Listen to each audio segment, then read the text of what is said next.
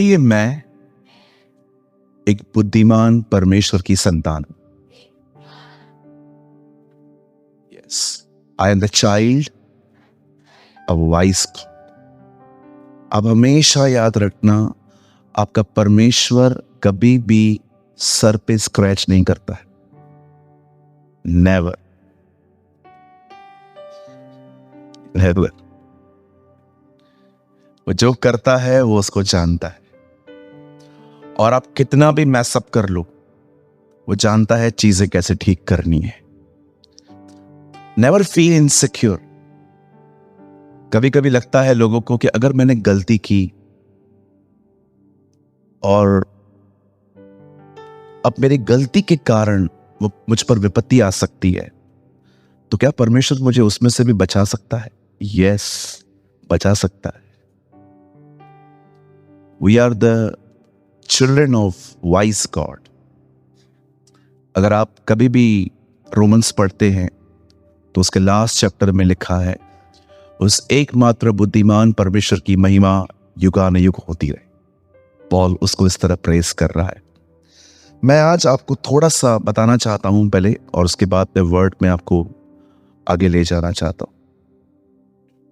हमारे खुदा के पाक कलाम में एक बहन का जिक्र है जिसे लहू बहने का रोग था। हमारे प्रभु के वचन में यह बात लिखी है। बाइबल बताती है वो 12 साल से बीमार थी, और लिखा है जितना वो अधिक डॉक्टर्स के पास गई थी वो ज्यादा बीमार होती गई थी, यहां तक कि बाइबल बताती है कि उसने अपनी पूंजी खत्म कर दी थी। हमारे साथ भी ऐसा अनुभव हो सकता है कि हम अपनी बीमारियों में सब कुछ खो चुके हैं, और एक दिन बाइबल बताती है उसने प्रभु यीशु से मुलाकात की, उसने उसके वस्त्र को छुआ और वो चंगी हो गई। अब जानते हो वहां पर लिखा है वो 12 साल से बीमार थी। हमारे खुदा के पाक कलाम में लिखा है कि एक दिन यीशु सबत के दिन गए और वो एक आराधनालय में गए, और वहां पर एक बहन थी जो कभी स्ट्रेट नहीं खड़ी हो पाती थी। बाइबल बताती है कि उसके पीठ में वो कुबड़ी थी, कई ये कुबड़ी। और एक दिन यीशु मसीह उससे मिलते हैं और यीशु मसीह उसके बारे में कहते हैं कि वो चंगी हो जाए। आप सभी जानते हैं वो स्ट्रेट हो गई, इंस्टेंट हीलिंग। आप जानते हैं वो कितने साल से बीमार थी? 18 साल से। एक और व्यक्ति है हमारे खुदा के पाक कलाम में, उसका जिक्र है, वो 38 साल से वहीं पड़ा था। 38 साल से। आपको मैं बताना चाहता हूं उसकी एज कितनी है वो तो हम जानते ही नहीं, लेकिन लिखा है वो 38 ईयर्स से प्रॉब्लम में था। मैं एक दिन प्रभु से पूछ रहा था, प्रभु आप क्यों बताते हैं ये इतने साल से बीमार है, ये इतने साल से बीमार है, ये इतने साल से बीमार है? परमेश्वर हमें बताना चाहता है चाहे प्रॉब्लम कितनी भी पुरानी हो वो सॉल्व हो सकती है।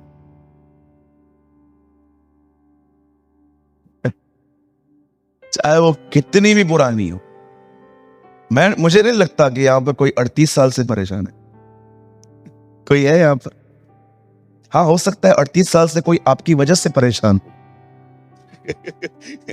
That's true. हाँ ब्रदर, ये तो थोड़ा है। हो सकता है 38 ईयर से आपकी वजह से कोई परेशान हो, लेकिन आप 38 ईयर से दुखी है ये मैं नहीं मानूंगा। मैं आप में से हर एक को कहना चाहता हूं, आज परमेश्वर भी आपको कहना चाहता है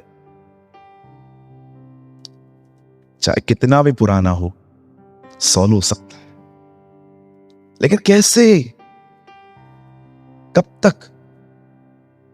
मैं आज आपको परमेश्वर के वचन में से कुछ समझाना चाहता हूं, और मैं बिलीव करता हूं कि आज आपको परमेश्वर यहां से उत्साहित करके भेजेगा। परमेश्वर आज आपको आपका प्रोविजन देगा। आमीन। चलिए, सब तैयार हैं? मेरे पीछे कहिए, प्रॉब्लम चाहे कितनी भी पुरानी हो वो ठीक हो सकती है यीशु मसीह के नाम में। आमीन। और मैं आपको एक और सलाह दूं, अगर आप लेना चाहें तो। इससे पहले कि आप दूसरों के अपने लिए प्रार्थना करें, उससे पहले दूसरों के लिए किया करो। बिलीव, आप बहुत आशीषित होंगे, आप बहुत ब्लेस्ड होंगे। इससे पहले कि आप अपने लिए प्रार्थना करें, प्रे फॉर अदर्स। उन लोगों को जिनको आप जानते हो और वो पीड़ा में हैं, उन्हें अपने दिल में लो और खुदा के करीब उन्हें ले जाओ और कहो, खुदा, जैसे पौल कहता है तिमुथियुस को, तेरी आंसुओं की सुद्धि याद कर करके मैं तेरे लिए दुआ करता हूं। क्या किसी एक व्यक्ति को आप अपने दिल में ले जाते हैं खुदा के करीब? Tell me. लोग बहुत डिस्टर्ब हैं, बिलीव मी। अरे लोग तो छोड़ो यार, मसीह लोग परेशान हैं आजकल। बाइबल, प्रेयर, चर्च, संगति होने के बाद भी अब देखो सारा दिन दिमाग चल रहा है। कभी कभी तो हम रात को सो नहीं पाते, फेडअप हो चुके हैं बहुत लोग, वही चीजें देख देख के। और कुछ लोगों का मन तो इतना थक गया है कि जब वचन भी बताते हैं ना, उन्हें लगता है ये सिर्फ बातें हैं, होता की तरह कुछ। सोचो, मुझे आज भी पता है कोविड में मुझे कितने सारे लोगों ने मैसेजेस किए, उसमें एक ही लाइन थी, कहां है खुदा? क्यों नहीं बचाया उसने मेरे घर के व्यक्ति को? कभी कभी तो लोग ऐसे मैसेजेस भेजते थे, बोलते थे ये तो पास्टर है, ये भी मर गया। कहां है परमेश्वर? जरा सोचिए, शैतान कैसे अपॉर्चुनिटी को यूज करता है लोगों को भरमाने में कि देख वो मर गया, देख ये मर गया, देख ये मर गया, देख ये खत्म हो गया। इसीलिए मैं आप में से हर एक को कहना चाहता हूं, अपनी संगतियों को चेक करो।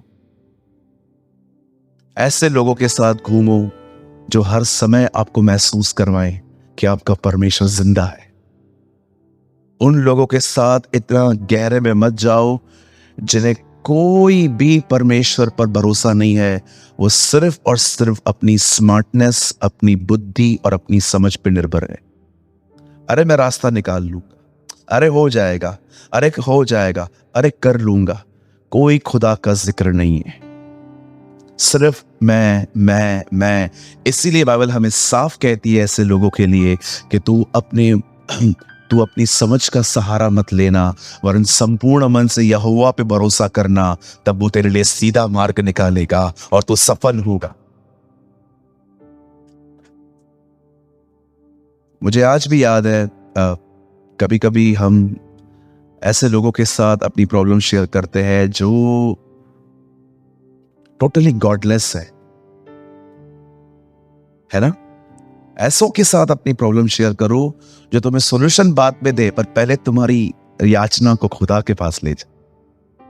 Right brother? बहुत कम है, पहले भी कम ही थे, पहले सेंचुरी में भी इतने नहीं थे, तो आज भी आपको कम ही मिलेंगे ऐसे लोग। आप समझ रहे हैं?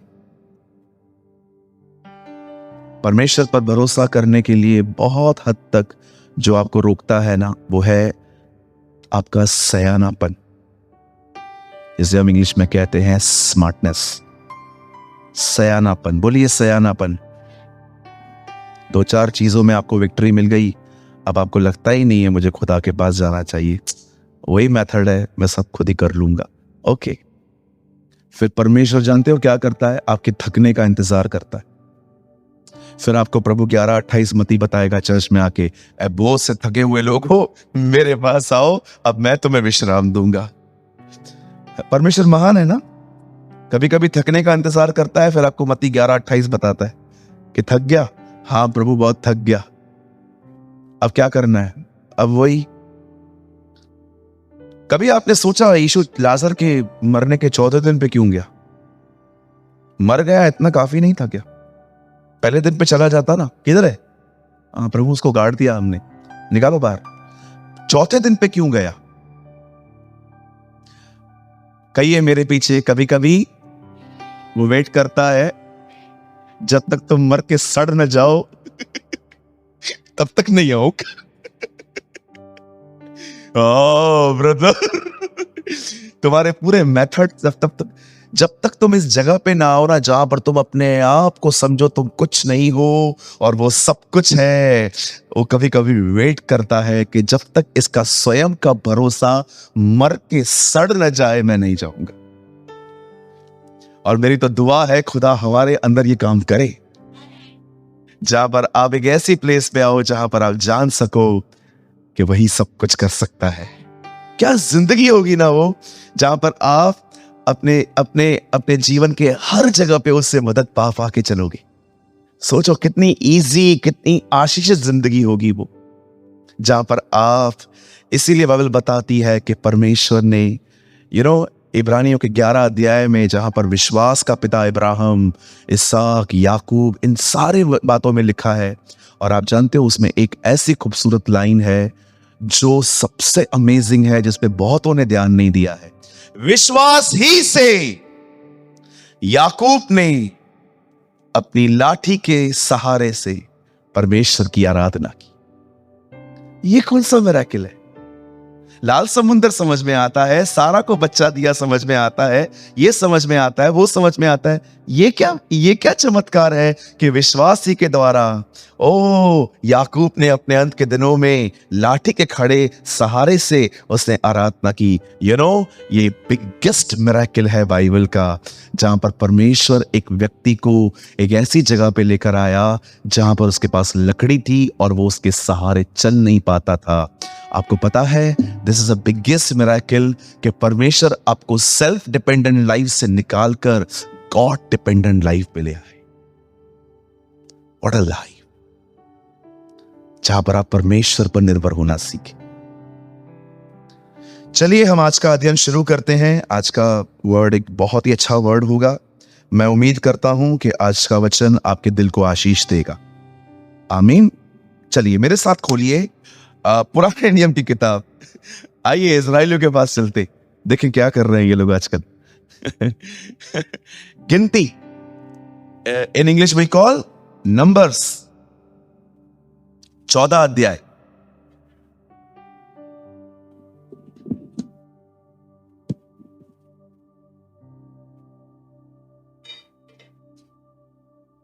मेरे साथ खोलिए गिनती, नंबर्स।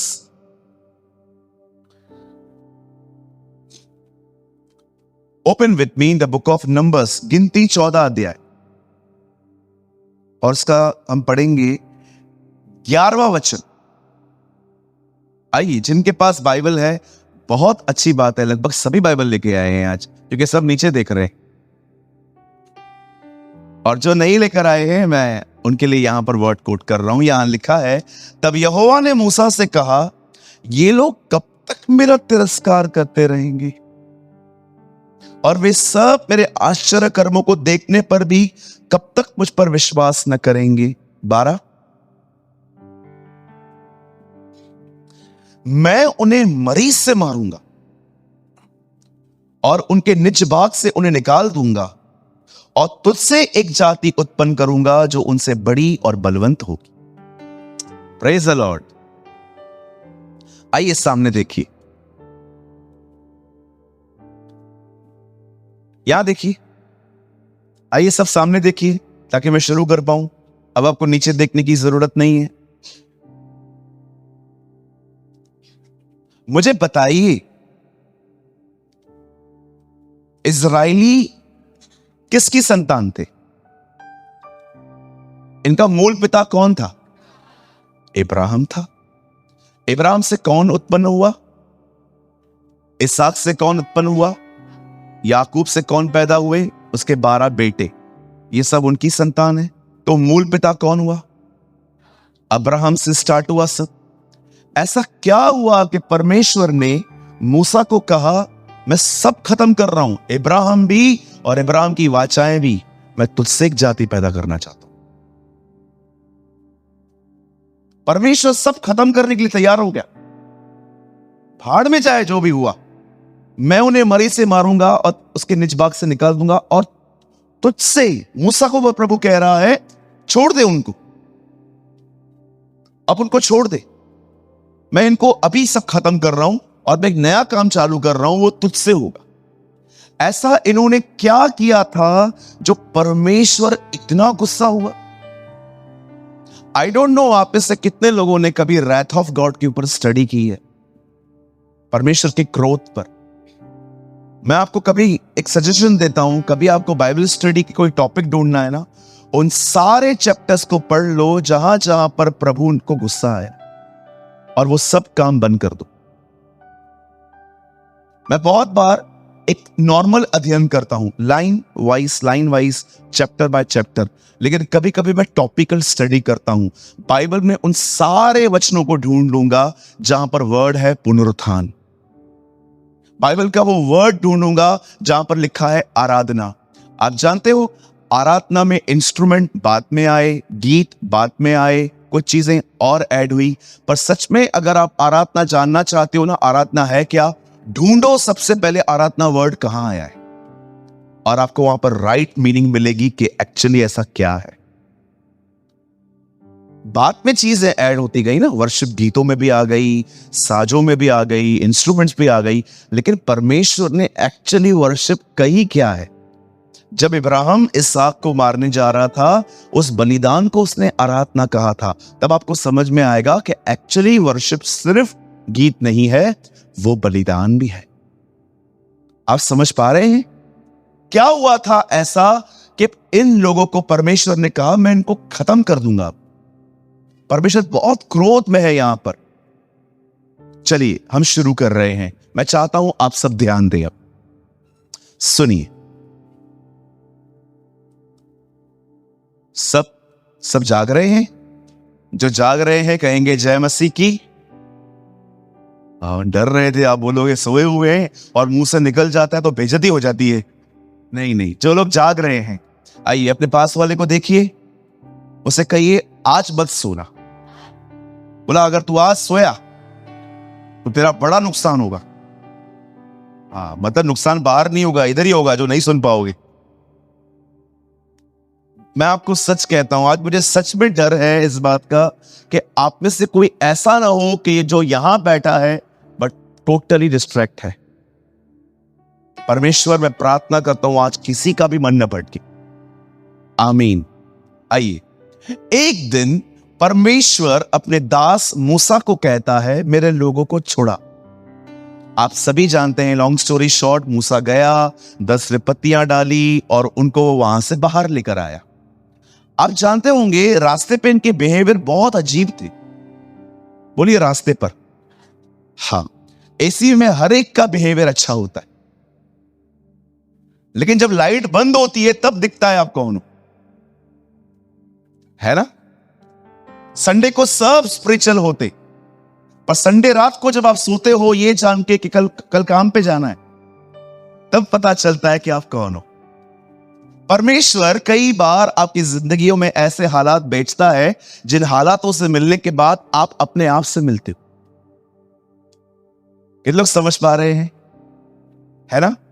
जब तक आपको मौका मिलता है हर चीज का, बहुत अच्छी बात होती है, लेकिन जब सामने वाले को मौका दिया जाता है तो परमेश्वर आपके चेहरे को भी ताकेगा कि अब आप क्या सोच रहे हो। राइट? मैं एक चर्च में था, वहां पर पास्टर ने एक नई बहन को कहा आप आओ प्रार्थना करने के लिए, और वो बहन प्रार्थना करने लग गई और वो बहन बीच में अटक गई। मैं भी वहीं बैठा था। पिता, मैं दुआ करती हूं यीशु मसीह के नाम में। मैं वहां बैठा था, वो बहन वहां थी। मैं उसको कह रहा था, इनकरेज कर रहा था, अरे बोलो, आप अनुग्रहकारी हैं प्रभु यीशु मसीह के नाम में, आमीन। और जितनी आत्मिक बहनें थी वहां पर, वो सब अंदर ही अंदर हंस रही थी सारा की तरह। है ना? कभी कभी हम जब देखते हैं कि कोई आपकी तरह निपुण नहीं है, तब बड़ा आसान होता है उन पे हंसना। लेकिन मैं आपसे पूछना चाहता हूं, कितने लोग हैं जब आप देखते हैं कि एक बंदा आपकी तरह काम नहीं कर रहा पर उसे एफर्ट तो डाला, क्या आप उसे अप्रिशिएट करते हैं? मुझे बताइए। कहिए अपने बाजू वाले को, मैं आपको अप्रिशिएट करता हूं, आप जो कर रहे हैं बहुत अच्छा कर रहे हैं, कंटिन्यू करिए। आमीन। Yes, learn to encourage. आप देखते हैं जब भी लोग घर में जाते हैं क्रिटिसाइज करने के लिए कितने लोग बैठे हुए हैं। आप घर में जैसे घुसोगे आपको क्रिटिसाइज करने के लिए कितने लोग बैठे हुए हैं। कहीं क्रिटिसाइज करना स्वभाव में है, पर इनकरेज एक फ्रूट है। क्रिटिसाइज करने के लिए कोई मेहनत नहीं है, सिर्फ देखो और बोलो। आपने अपने घर वालों को कहा था आते आते 2 किलो दही लेके आना, वो नहीं लेके आया। आपको थोड़ी लाइन लिख के रखनी है, अगर नहीं लाया तो मैं ये सब बोलूंगा। कितने लोग हैं जो पेपर पे लिख के रखते हैं आए खाली? बिल्कुल भी नहीं, वो जैसे आएगा। दही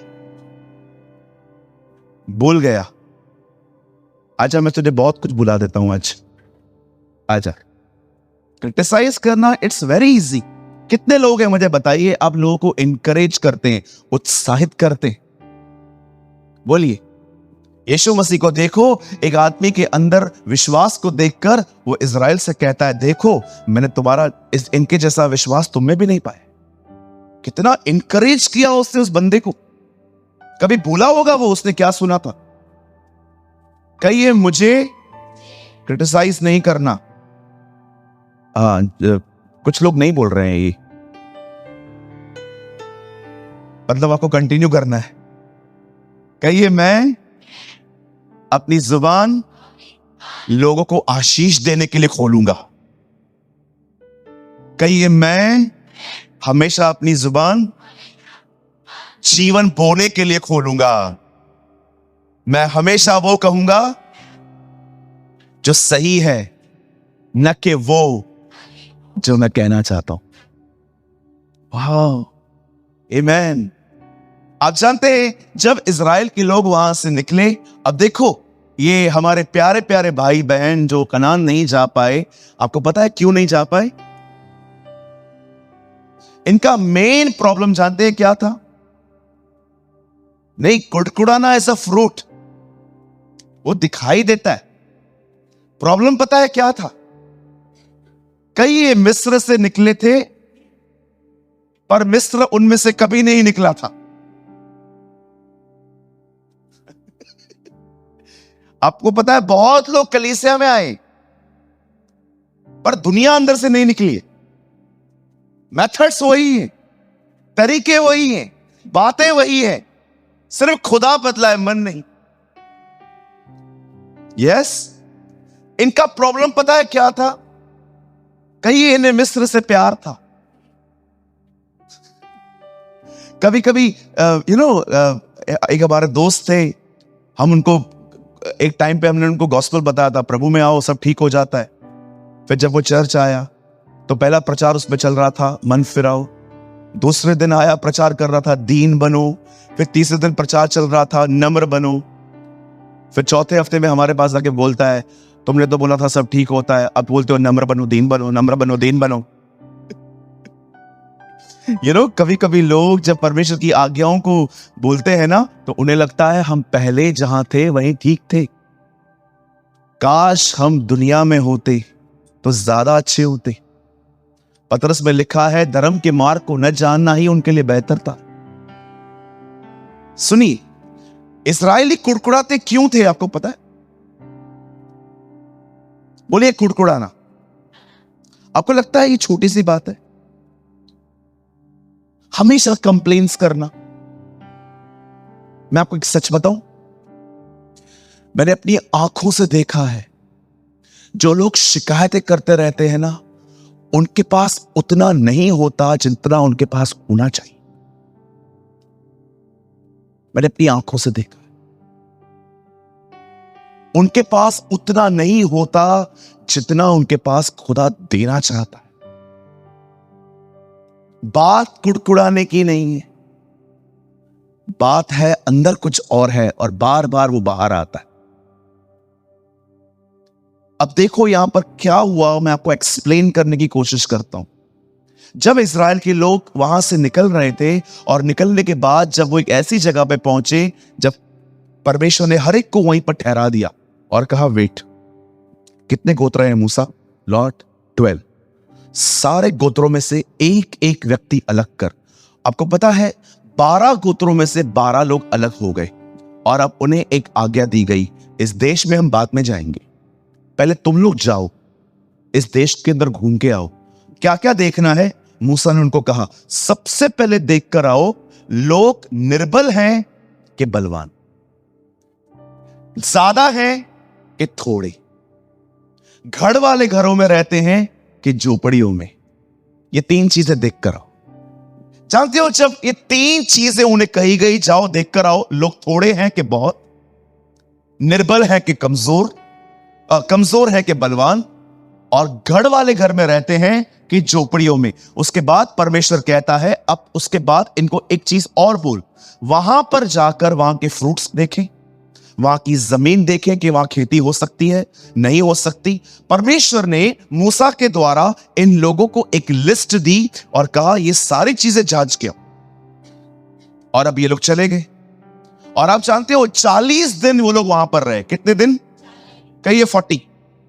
40 दिन वहां पर रहने के बाद, सब कुछ देखने के बाद, अब ये लोग 40 दिन के बाद ये 12 लोग बाहर आए हैं। मंडली यहां खड़ी थी और मूसा और हारून यहां खड़े थे। अब देखो इन्होंने बोलना शुरू किया। पहली चीज बताया इन्होंने क्या कही?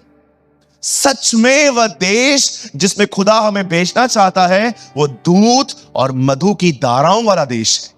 पहले उन्होंने कन्फेस किया, देश बड़ा उत्तम है, इट्स अमेजिंग, ये तो बहुत अच्छा है। कहिए, मसीह जीवन अच्छा नहीं है, बहुत अच्छा है। किसने कहा आपको कि क्रिश्चियन लाइफ डिफिकल्ट है? आपको पता है कुछ लोगों के लिए डिफिकल्ट क्यों है? चलो मैं आपको एक उदाहरण देना चाहता हूं। यहां देखिए, 1 मिनट के लिए उनको याद करो जिनको ना आप पसंद करते हो ना वो आपको पसंद करते हैं। एक को 4-5 है, याद करो, होंगे, जरूर होंगे। एक दिन आप चर्च में आए और प्रचार चल रहा था, दुश्मनों से प्रेम करो। दूसरी बार आप प्रचार करने आप जब आए तो कहा गया, सताने वालों के लिए प्रार्थना करो। तकलीफ हो रही है यार, तकलीफ हो रही है बहुत। तीसरी बार कहा गया, जिनको तुमने पैसे दिए हैं वापस मत मांगो। आप ढूंढने लग गए, कुछ मिल जाए मैं इधर से बेच के भाग जाऊं। आप जानते हैं आपको ये सारी चीजें कठिन क्यों लगती हैं? प्रॉब्लम ये है कि जो कुछ आप सुनते हो आपको लगता है वो आपको फॉलो करना।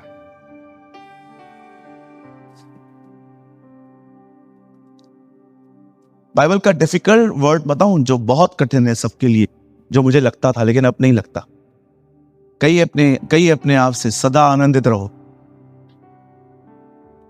सदा। सैलरी ना आए तो भी, घर के अंदर गालियां पड़े तो भी, सदा। कहिए सदा। थोड़ा सा कठिन लगता है ना? कठिन नहीं रे बाबा, बहुत कठिन लगता है। है ना? हमारी जो महाराष्ट्र बहन है ना, ऐसे बोलती है, नहीं रे बाबा बहुत कठिन लगता है। मैं उस दिन बॉम्बे में एक बहन से मिला तो मैंने कहा, आपने वचन सुना?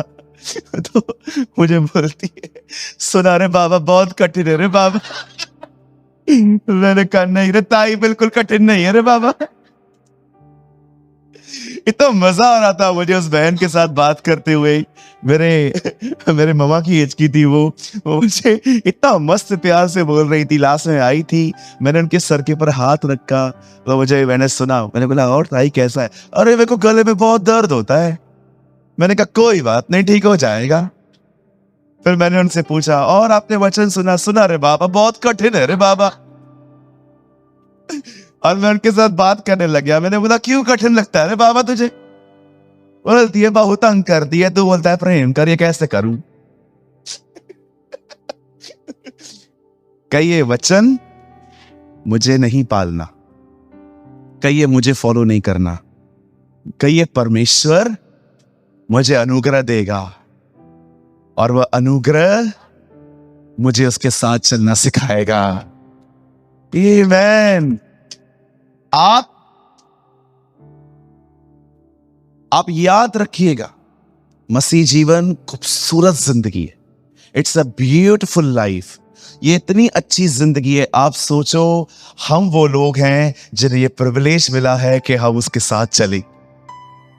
सोचो, दुनिया में कोई नहीं है जिसको ये मकसद मिला हो। आप वो व्यक्ति हैं जिसको बुलाया गया है, आओ बादशाह के साथ चलो। और बड़े दुख की बात है, इस जीवन को छोड़ हम कुछ और चाह रखते हैं। सोचिए बहन, आप सोचिए, आप गिल्ट फील करते हैं, लेकिन प्रिविलेज है, ये एक ऑनर है कि खुदा ने आपको बुलाया है। अरे तुझे पता है तेरी बुलाहट क्या है? अरे खाली पास्टर और प्रचारक बनना चाहता है? इतनी छोटी सोच। मैंने तुझे अपने साथ चलने के लिए बुलाया है। Walk with me. नहीं प्रभु, मैं तेरे साथ नहीं चलूंगा, मेरे को पास्टर बना, मुझे तालियों से प्यार है।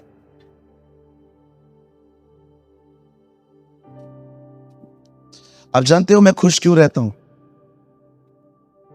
क्योंकि मैं कभी अपने आप को फील नहीं करवाता कि मैं एक पास्टर। मैं हमेशा अपने आप को एक दृष्टिकोण देता हूं, तो खुदा के साथ चलने के लिए बुलाया गया है। और आप आशीषित होंगे, आपके साथ मिलने वाले लोग आशीषित होंगे, क्योंकि आप उसके साथ चल रहे हो जो आशीषों का श्रोता है। मैं आज भी कहना चाहता हूं, मेरी बहन, मेरे भाई, अगर पूरी मीटिंग में नहीं सुन पाए ना, कोई बात नहीं, सिर्फ ये लाइन ले लो, तुम खुदा के साथ रहने के लिए बुलाए गए हो। अगर आप उसके साथ रहोगे ना, आप विश्वास करो, पौलुस और सिलास जेल में चले गए, वो आराधना कर रहे थे। आराधना करते करते क्या हुआ आपको पता है? जो लोग आराधना सुन रहे थे वो भी आजाद हो गए थे। और अमेजिंग बात देखिए, जब वो बाहर निकले, सब लोग वहां पर इकट्ठे हो गए। जिनके साथ खुदा हो ना, वो जेल में भी चले जाएं, वहां पर भी चर्च बन जाएगी, वहां भी कलीसिया बन जाएगी। कहिए, मैं जहां खड़ा रहूंगा आशीष वहां होगी, क्योंकि परमेश्वर वहां है। आमेन। कहिए, प्रभु मुझे अपने साथ जीना सिखा। ये ब्रदर कैसे होता है? मुझे लगता है मैं थोड़ा टॉपिक से भटक रहा हूं, पर मुझे लगता है नहीं, ये नीड होगी शायद। आप जानते हैं कैसे होता है? आप यही खड़े हैं, पर आप अपने विवेक के साथ इतना जुड़ चुके हैं उसके साथ कि उसका और आपका जीवन एक हो गया। वननेस कहा जाता है इसे। जब इजराइल के लोग वहां से आए, बड़े ध्यान से सुनिएगा, जब वो लोग वहां से आते हैं तो जानते हो क्या कहते हैं? बहुत अच्छा देश है, जमीन भी बड़ी उपजाऊ है, ये है वो है, सारी बातें वो बोल देते हैं। लेकिन जानते हो उसके बाद वो एक ऐसा शब्द कहते हैं, कई ये शब्द, परमेश्वर मैं दुआ करता हूं हमारी मंडली को सिखा क्या बोलना है और क्या नहीं। आप जानते हैं उन्होंने एक शब्द कहा, एक ऐसा शब्द जिसने पूरी मंडली को डिस्टर्ब कर दिया।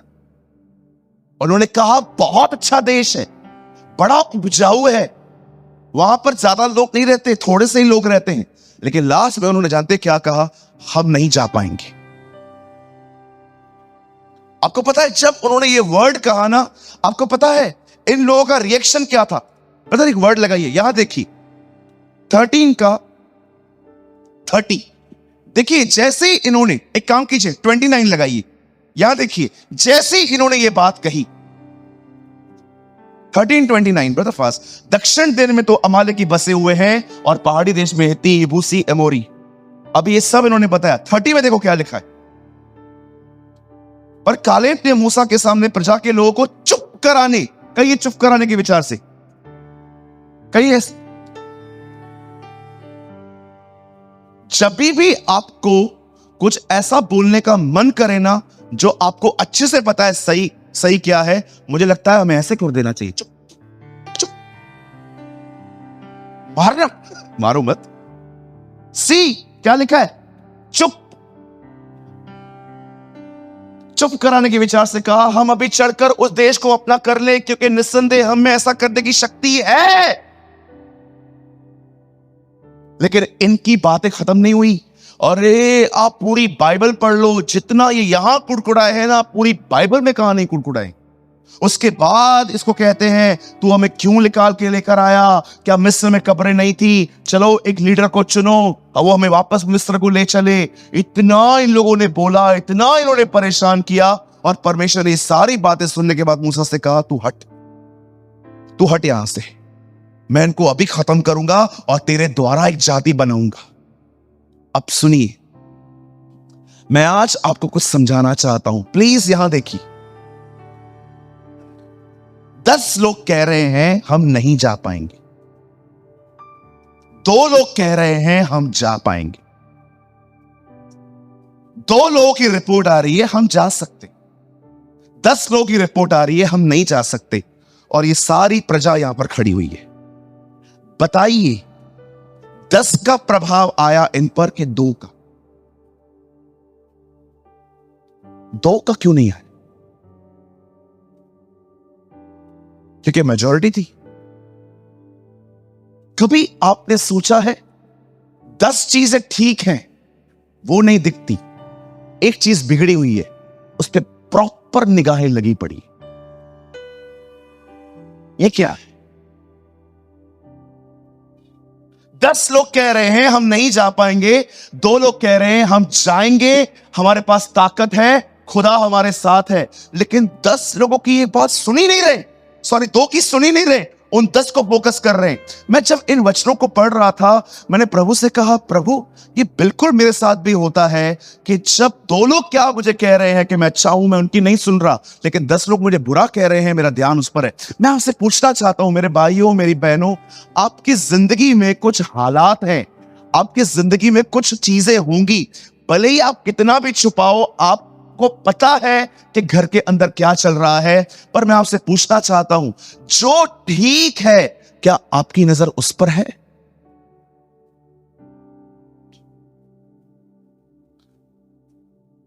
बोलिए। आपको वो सब दिखता है जो खराब हो रहा है, पर कितने लोग ये देखते क्या सही है? सबसे पहले ये बात जानिए कि भले ही जिंदगी में कुछ बिगड़ा हुआ है, लेकिन बहुत कुछ खुदा ने बना के भी रखा है। मैं आऊंगा उस पर भी, जो बिगड़ा हुआ है उसके साथ क्या करना है, पर मैं आपसे पूछना चाहता हूं, मैं आपको आज महसूस करवाना चाहता हूं, आपको पता है आप कितने आशीषित हैं, आप कितने ब्लेस्ड हैं। मैं आज प्रभु को सुबह कह रहा था, प्रभु आप मुझे आज कोई आशीष वचन दीजिए ना, आज रविवार है, मैं लोगों को इंकरेज करूं। मुझे पता है परमेश्वर ने क्या कहा, आशीषें ऑलरेडी दी हैं, इनको महसूस करवा। मैंने कहा हाँ प्रभु ये भी बात सच है। प्रभु ने कहा कितना दूं और कितना चाहिए तुम्हें? मैं जानता हूं लॉकडाउन नहीं होगा, लेकिन आप में से कुछ लोग के पास इतना है कि 10 साल भी अगर लॉकडाउन लग जाए तो भी आप घर पे बैठ के खाओगे। मैं आपसे पूछना चाहता हूं, आपको सिर्फ वो दिखता है जो खराब है, पर वो दिखता है जो सही है? कितने लोग हैं मुझे बताइए, आप परमेश्वर को हर दिन हाथ उठा उठा के धन्यवाद देते हो, प्रभु मैं आपकी शुक्रगुजारी करता हूं कि मैं चंगा हूं, प्रभु मैं शुक्रगुजारी करता हूं मेरे पास अपना घर है, मैं शुक्रगुजारी करता हूं प्रभु कि आप हर दिन बिल्स को पे करने के लिए मुझे पेमेंट देते हैं, प्रभु मैं आपको धन्यवाद देता हूं कि आज मैं जिंदा हूं, मेरे घर में गरम गरम रोटी मिल रही है, और जब भी शॉवर के नीचे आता हूं ठंडा ठंडा पानी मेरे ऊपर गिरता है। बताइए, हम हमेशा सुबह सुबह उठते हैं ना, हमारी सुबह सुबह हमारे थोपड़े पे 11:45 बजे रहते। हम सुबह सुबह उठेंगे, हम लोग आदी हो चुके हैं हर दिन एक ही बात रोज रोज रोज रोज करने की। मैं आया आपके घर में, पास्टर जी आइए, हाँ आ गया, बहन बोल,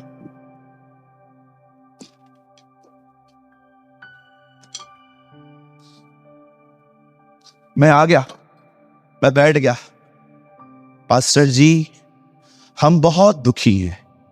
क्या हुआ बहन, दुख बताओ। हाँ बता रही हूं, लेकिन बहुत दुखी हैं। हाँ हाँ बहन, दुखी दुख से ही होता है, दुख तो बताओ। हाँ बता रहे हैं। फिर उसका पति आया पीछे से, हम बहुत दुखी हैं। मैंने कहा वो दुख बता रही है, वे चुप हो जाओ। फिर आप बताओगे 1 साल से मेरा नाक बह रहा है, बहुत बहता रहता है, बहुत जुकाम है। दीदी कोई बात नहीं, मैं आपके लिए प्रेयर करता हूं। अरे रुको, सुनो पूरा। नाक है ना, बहुत बह रहा है, बहुत बह रहा है, बहुत बह रहा है। बहन मैं आया हूं ना, मैं प्रभु का दास हूं, मैं अपने परमेश्वर से प्रार्थना करता हूं, आप चंगे हो जाएंगे। ठीक है, कर लो, आप भी कर लो। ये फेथ है, आप भी कर लो। जैसे मैं लूडो खेलने आया हूं, क्या आप भी डाइस चला लो। मैंने प्रार्थना की, स्वर्गीय पिता, मैं दुआ करता हूं यीशु मसीह के नाम में हमारी बहन के नाक में से आइसक्रीम बहना बंद हो जाए, यीशु के नाम में, आमीन। मैंने प्रार्थना कर दी, ठीक है बहन, मैं जा रहा हूं, ठीक है, यीशु मसीह की जय। दोपहर में पीटर भी गया, पीटर आया, और बहन मेरा बाप जिंदा है। क्या बोलते हैं आप? भैया बहुत तकलीफ में हूं। क्या हुआ बहन, आपको हुआ क्या? नाक बहता रहता है।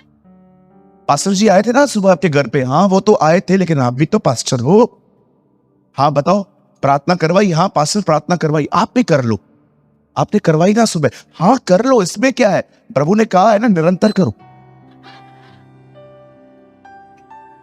और पीटर ने हाथ रखा, पिता मैं दुआ करता हूं यीशु मसीह के नाम से हमारी बहन का आइसक्रीम बंद।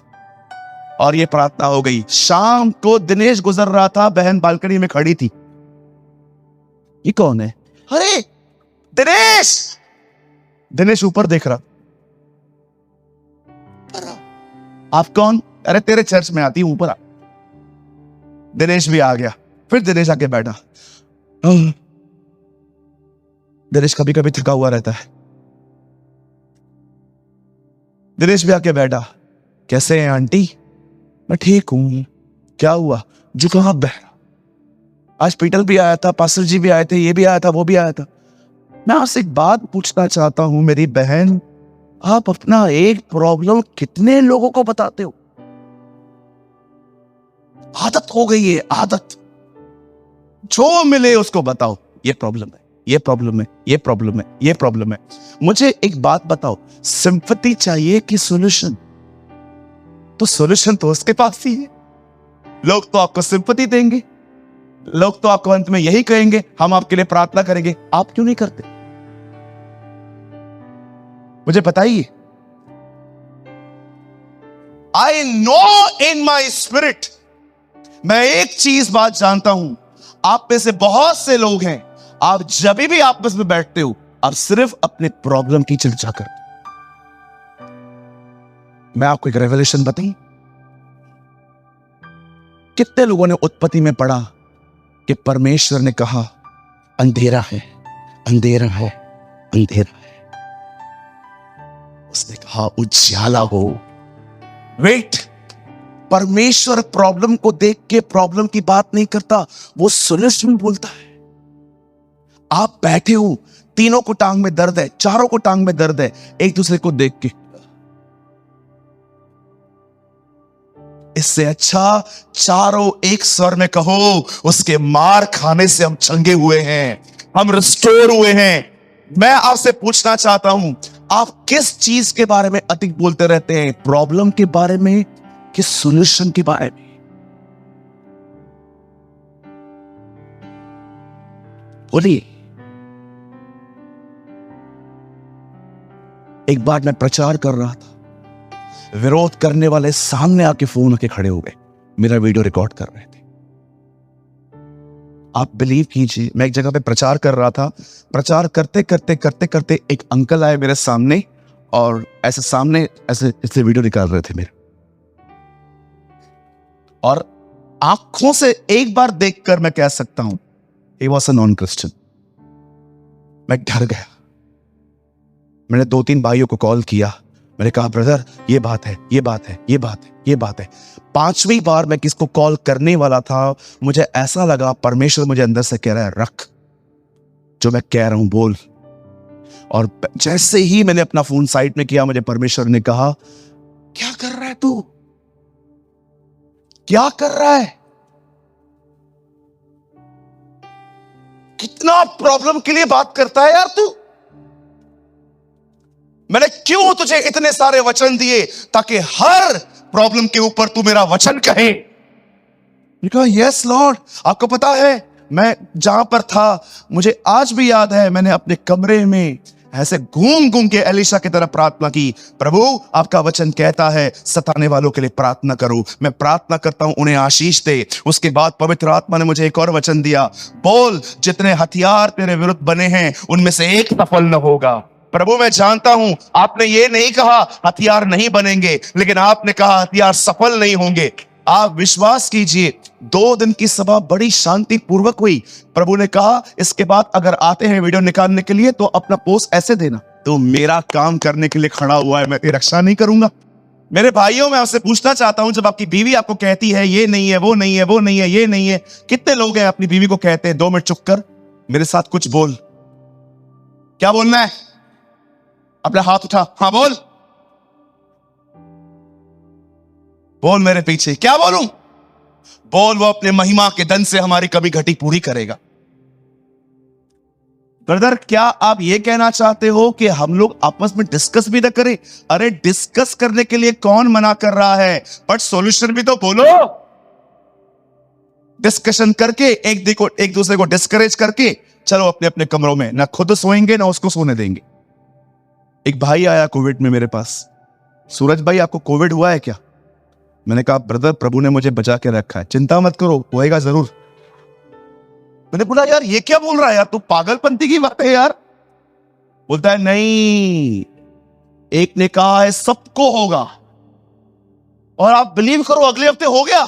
इस दुनिया में एक सिस्टम है, जिस बात पर बिलीव करोगे ना वैसी थिंग्स सामने आएंगी। Believe me. मैं आपसे एक बात कहना चाहता हूं, जो ठीक नहीं है उसके ऊपर वचन कहो, जो ठीक है उसके लिए धन्यवाद दो। समझ पा रहे? इन लोगों को देखो, वो लोग कुड़कुड़ा रहे हैं, लेकिन काले उनको चुप करवाने की इच्छा से कहा चुप हो जाओ तुम, खुदा हमारे साथ है, वो हमारी ताकत है, हम उसकी सहायता से लड़ेंगे। कितने लोग हैं मुझे बताइए, सिर्फ प्रॉब्लम की चर्चा करते रहते हैं, पर क्या आप अपने प्रॉब्लम के ऊपर कुछ वर्ड एम्फसाइज करते हो? एक दिन इब्राहिम अपने बेटे को मारने के लिए जा रहा था, उसके सेवक वहीं पर खड़े थे, जानते हो उन्हें क्या कहता है? बोलता है यहीं रुको, लाश नहीं जिंदा लौटेंगे हम। ओ बाइबल बताती है जो वो विश्वास करता था उसने वो कहा। एक दिन दाऊद गोलियत के सामने लड़ने के लिए गया, और दाऊद ने पता है क्या कहा? जिस परमेश्वर ने मुझे शेर और बालू से बचाया है वो मुझे आज तेरे हाथ से भी बचाएगा। आप देखो, ये लोग अपनी प्रॉब्लम को प्रेस नहीं कर रहे थे, ये परमेश्वर के वचन को कह रहे थे उसके ऊपर। क्या होगा मुझे बताओ, एक एक व्यक्ति को पकड़ पकड़ के बताने का कि मैं दुखी हूं, हताश हूं, निराश हूं, परेशान हूं, ये हूं वो हूं, क्या होगा इससे? लास्ट में सब लोग, पहली चीज मैं आपको बताऊं, बुरा नहीं मानेंगे, किसी को आपकी परवाह नहीं है। बिलीव मी, किसी को आपकी परवाह नहीं है, और किसी को परवाह होगी भी ना तो वो आपको अंत में यही कहेगा, I will pray for you. हम एक ऐसे दिनों में रह रहे हैं जहां पर लोग दुआ नहीं करते हैं, सिर्फ व्हाट्सएप पे ये करते रहते हैं। आप कितने भी प्रार्थना निवेदन, आपको क्या लगता है आप किसी ग्रुप में डालते हो प्रे फॉर मी, सब करते होंगे? नॉनसेंस बात है ये, मैं बिलीव नहीं करता, क्योंकि हर एक के पास बोझ नहीं है। कुछ ही लोग होंगे जो आपके दर्द को समझ पाते हैं, क्योंकि वो खुद उस दर्द से गुजरे हैं। अगर आप लिख देते हो कि मेरे किडनी में स्टोन्स हैं और आपने मैसेज डाल दिया, जिसको कभी हुआ है ना वो आपके लिए जरूर दुआ करेगा, बाकी लोग हमसे नहीं होता। जो प्रेयर रिक्वेस्ट की बात ऐसे करते हैं, मेरे को समझ में नहीं आता ये बोलते क्या है। मैं करूंगा कि मुझसे नहीं हो रही है।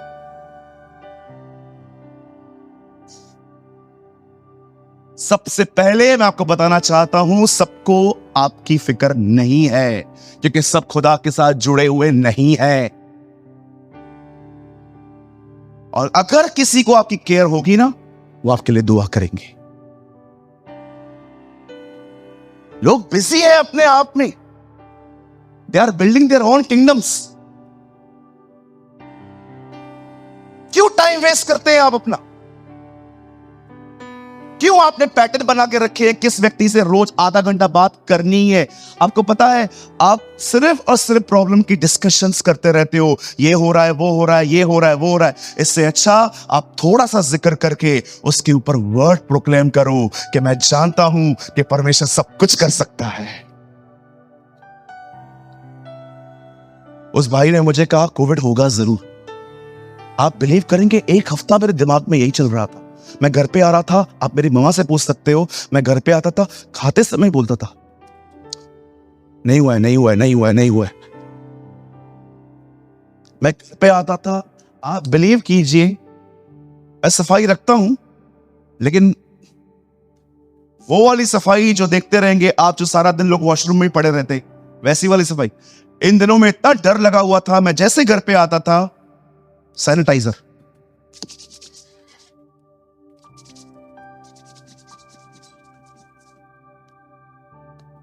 किसी से हाथ मिलाओ, सैनिटाइजर।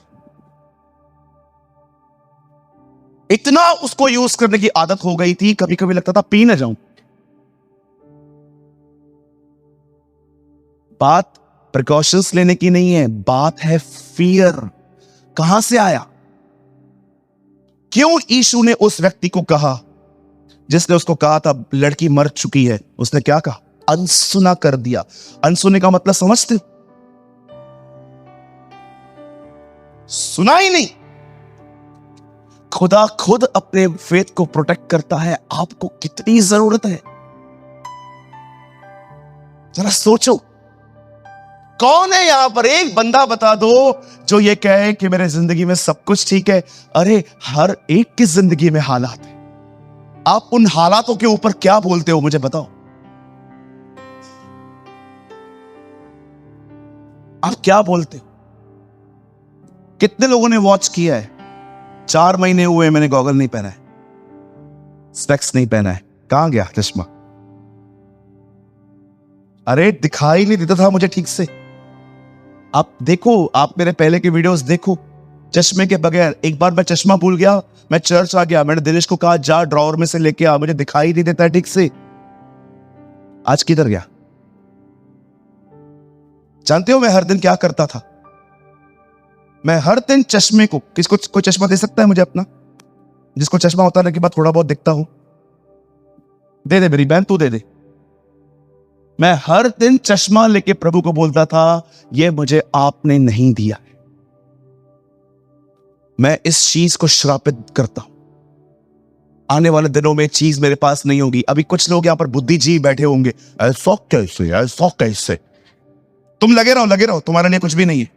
तुम फेथ वाले नहीं हो, तुम वही हो, तुम्हारे अपने, तुम्हारा अपना ही अकल है। जो विश्वास वाले हैं ना, वो जानते हैं मैं क्या बोल रहा हूं। ये यस, आमेन।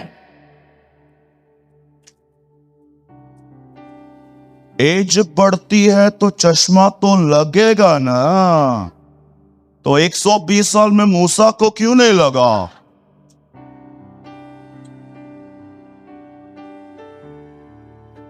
एक को समझा रहा था, सारी बातें सुनने के बाद बोलता है यू प्रीच अनप्रैक्टिकल। 50 साल का हो गया हूं मैं, अभी दिखता नहीं तो। मैंने कहा अंकल प्रार्थना करते हो? प्रार्थना क्या करना, बदन है।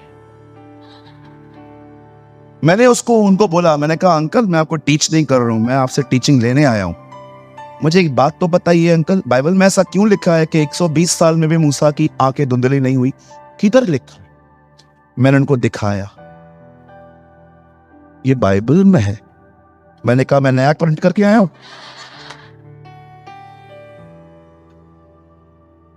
ये क्या क्या कितना एक हो चुके हो आप दुनिया के साथ कि फेथ घुसाने पर भी नहीं जाता। कितने वन माइंड हो आप दुनिया के मेथड्स के साथ। मैंने ऐसे खड़े होके कहा प्रभु ये आपने मुझे नहीं दिया है। मैंने कहा नहीं पढ़ा बाइबल के अंदर के अदन की वाटिका में आदम भी घूमता था? आपने देखा कभी, आपने बाइबल में पढ़ा हो कि आदम उठा और फिर चश्मा पड़ा और वो हवा को देख रहा था, किधर है तू हवा? खुदा ने उसे सेहत दी थी, खुदा ने उसे भला चंगा रखा था। और आपको पता है एक दिन मैं सुबह उठा, मैं अपनी बाइबल विदाउट इस चश्मे के पढ़ पा रहा था।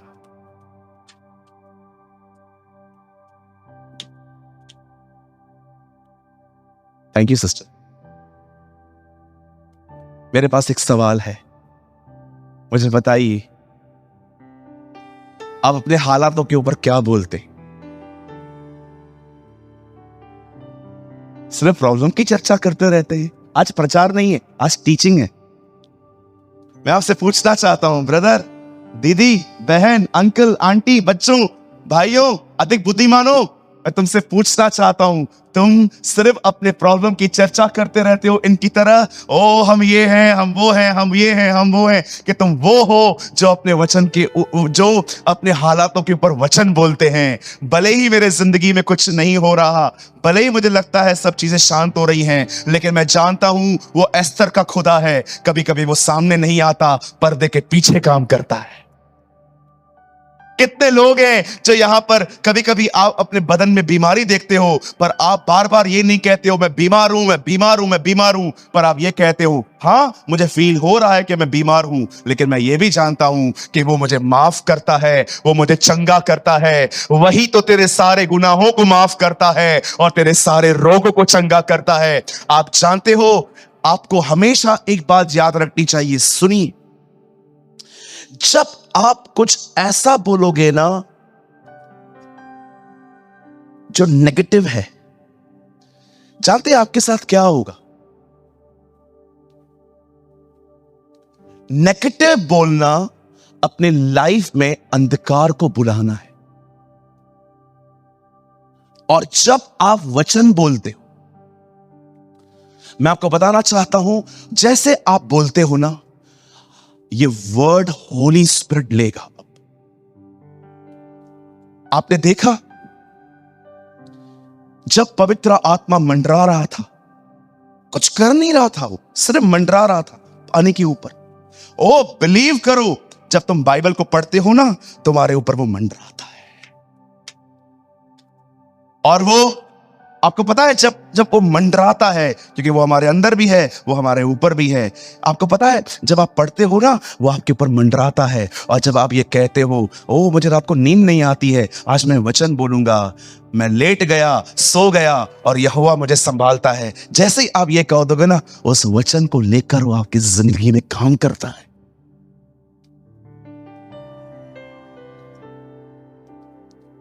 सिंपल लेसन आज की टीचिंग में है, अपनी प्रॉब्लम्स की चर्चा करना बंद करो।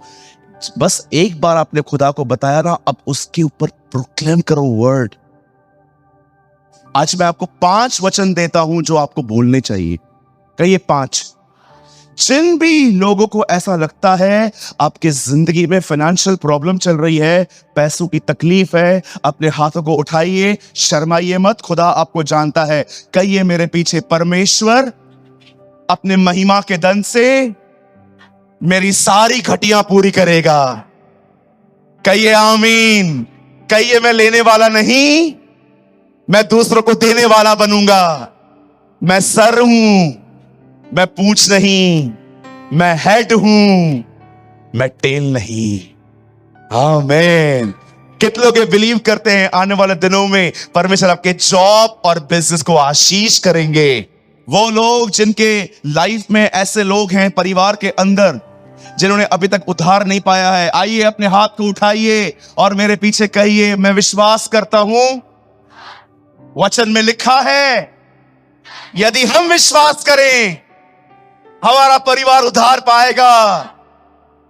वो पश्चिम को आज्ञा देगा, वो पूरब को आज्ञा देगा, वो दक्षिण को आज्ञा देगा, मेरे लोगों को इकट्ठा करो ताकि उनका उद्धार हो, मेरा परिवार बचाया जाएगा, मेरे घर से पास्टर्स निकलेंगे, मेरे घर से सुसमाचार प्रचारक निकलेंगे। मैं वो देखूंगा जो मैंने कभी उम्मीद भी नहीं की थी, यीशु मसीह के नाम में। आमीन, आमीन, आमीन। आइए, जिन लोगों को बदन में प्रॉब्लम है, जिनको बॉडी में कोई तकलीफ है, अपना हाथ उठाइए, कहिए मैं जानता हूं मैं बीमार हूं, पर मैं ये भी जानता हूं उसी के मार खाने से मैं चंगा होता हूं। वही मेरी निर्बलताओं को, वही मेरी बीमारियों को उठाता है। मैं विश्वास करता हूं मेरी रिकवरी आज से शुरू हो गई है। मैं चंगा हो चुका हूं यीशु मसीह के नाम में। आमीन, कहिए आमीन।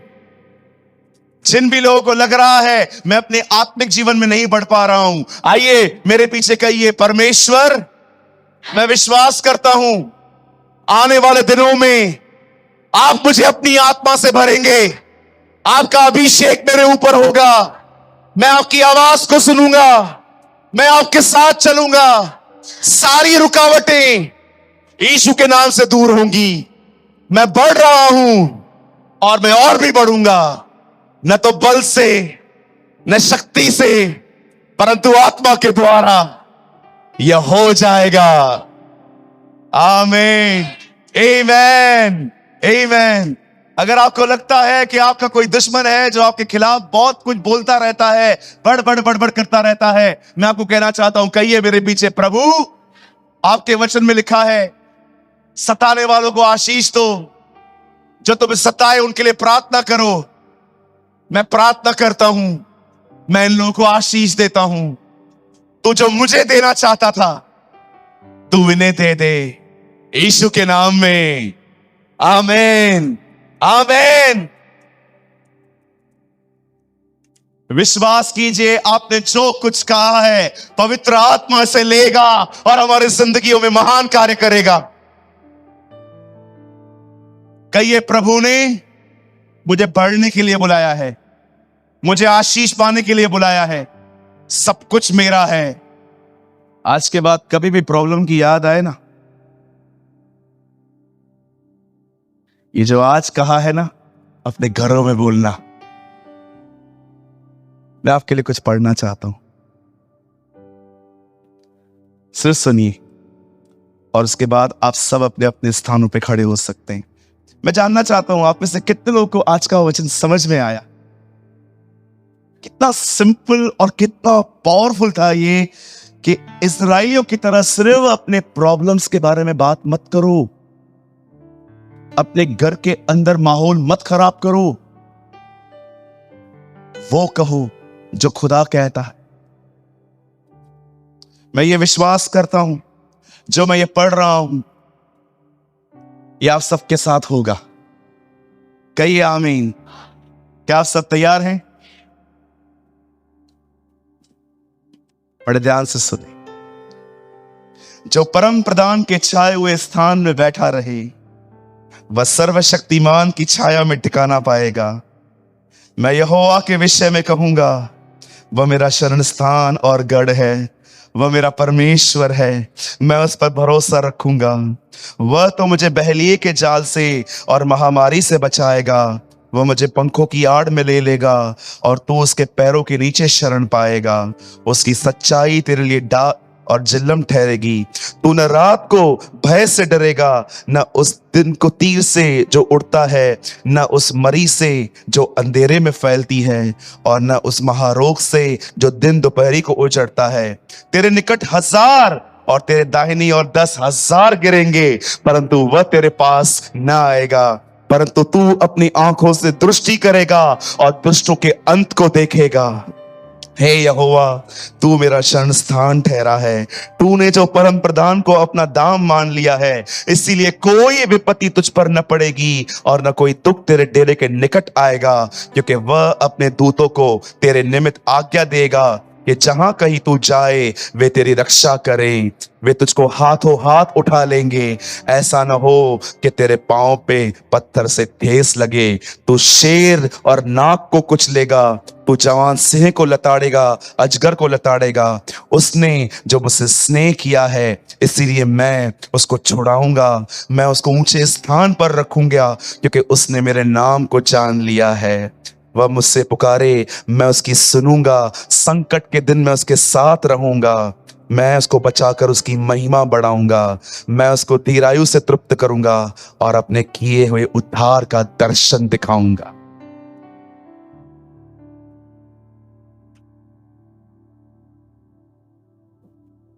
अब आप में से कुछ लोग सोचते होंगे, ये क्यों पढ़वाया?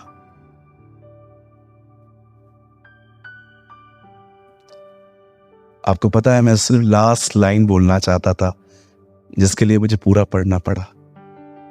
पीटर भाई, लास्ट लाइन है, मैं उससे अपना उद्धार दिखाऊंगा। जब जीसस छोटा था, तब एक अंकल ने उसको उठाया और कहा, आज मैंने तेरा उद्धार देख लिया। आज जानते हो भजन संहिता 91 लास्ट कहां खत्म होता है? जीसस।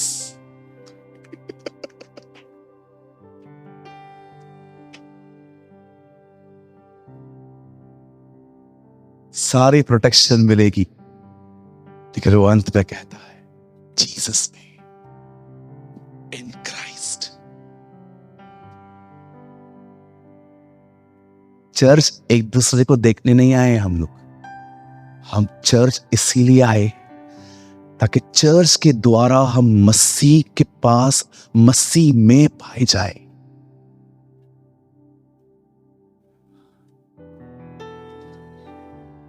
मैं उससे अपना उद्धार दिखाऊंगा।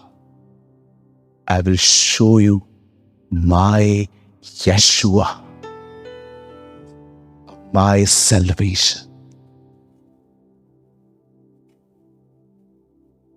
भाइयों बहनों,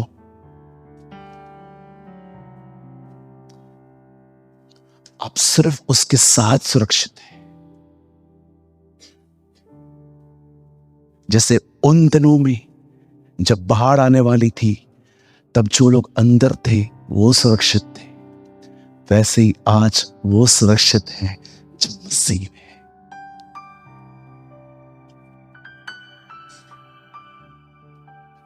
लिव विद जीसस। अब अपनी दुआओं को बदलो। खुदा से कहो, मुझे 1 मिनट के लिए भी तुझसे फोकस नहीं हटाना। Unbreakable fellowship. क्या कोई लास्ट में इंग्लिश है किसी के पास? लास्ट वर्ड पढ़िए, किसके पास इंग्लिश? पंकज 91 का लास्ट लगाइए, और मैं उसके बाद चाहता हूं कि भाई रवि आप आगे आए। नहीं, I will satisfy him with a long life and show him my salvation. Jesus Christ is the salvation of God. यीशु परमेश्वर का उद्धार। आपको पता है मैंने अपनी बाइबल में क्या लिखा है? हेडिंग में, I will show you my Yeshua. मैं तुझे अपना बेटा दिखाऊंगा, जो मेरी एक्सप्रेशन है, जो मेरी फुलनेस है, जो मेरा सब कुछ है। कितने लोग हैं जब बाइबल में आप पढ़ते हैं कि यीशु पृथ्वी पे चल रहा था, कितने लोग ये जानते हैं यीशु नहीं खुदा चल रहा था। When he walks, God walks. When he speaks, God speaks.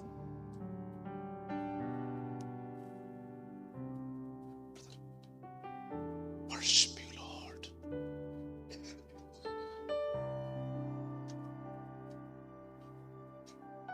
Oh, I feel the blessed glory of the... मैं पूर्ण विश्वास से कह सकता हूं खुदा यही है। God is here. अपनी आंखें बंद करें। Oh, thank you, Jesus. Thank you, Master. Thank you, Jesus.